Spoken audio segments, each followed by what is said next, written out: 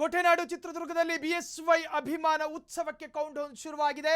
ಯಡಿಯೂರಪ್ಪ ಬಳಸಿದ್ದ ಹಳೆ ಕಾರು ಪ್ರದರ್ಶನ, ಕಾರು ವೀಕ್ಷಣೆಗೆ ಮುಗಿಬಿದ್ದ ಯಡಿಯೂರಪ್ಪ ಫ್ಯಾನ್ಸ್. ಚಿತ್ರದುರ್ಗದಲ್ಲಿ ಯಡಿಯೂರಪ್ಪರ ಅಭಿಮಾನ ಉತ್ಸವ, ಯಡಿಯೂರಪ್ಪ ಬಳಸಿದ್ದ ಹಳೆ ಕಾರು ಪ್ರದರ್ಶನ, ಕಾರು ವೀಕ್ಷಣೆಗೆ ಮುಗಿಬಿದ್ದ ಯಡಿಯೂರಪ್ಪರ ಅಭಿಮಾನಿಗಳು. ಅಂಬಾಸಿಡರ್ ಕಾರು ಪ್ರದರ್ಶನ ಸ್ಥಳಕ್ಕೆ ವಿಜಯೇಂದ್ರ ಭೇಟಿ ಕೊಟ್ಟಿದ್ದಾರೆ.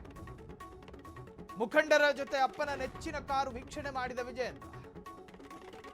ಸಂಸದ ಕಾರಜೋಳ, ಶಾಸಕ ವಿಶ್ವನಾಥ್, ಮಾಜಿ ಶಾಸಕ ತಿಪ್ಪಾರೆಡ್ಡಿ ಸಾಥ್ ಕೊಟ್ಟರು.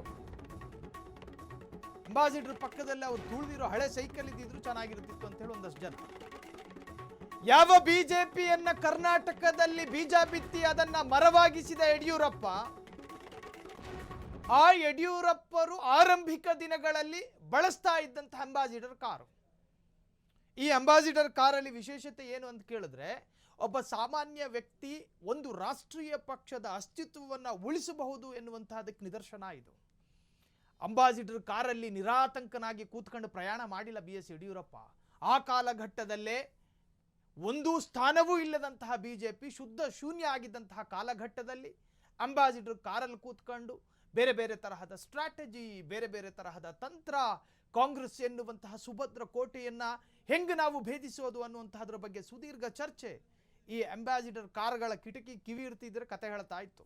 ಸರಿ, ಈ ಬಗ್ಗೆ ವಿಜಯೇಂದ್ರ ಮಾತನಾಡಿದ್ದಾರೆ, ನೋಡ್ಕೊಂಡು ಬರೋಣ. ಸನ್ಮಾನ್ಯ BS ಯಡಿಯೂರಪ್ಪನವರನ್ನ, ರೈತ ನಾಯಕನನ್ನ ಯಾವ ರೀತಿ ಈ ನಾಡಿನ ಜನ ಪ್ರೀತಿ ಮಾಡ್ತಾರೋ, ಗುರುತಿಸ್ತಾರೋ, ಈ ನಮ್ಮ ಯಡಿಯೂರಪ್ಪನವರು ಬಳಸಿರ್ತಕ್ಕಂಥ ಅಂಬಾಸಿಡರ್ ಕಾರ್ CKR 45 ಇದನ್ನು ಕೂಡ ಎಲ್ಲರೂ ಕೂಡ ಪತ್ತೆ ಹಚ್ತಾರೆ, ಗುರುತಿಡಿತಾರೆ. ಕಾರಣ ಏನಪ್ಪ ಅಂತ ಹೇಳಿದ್ರೆ,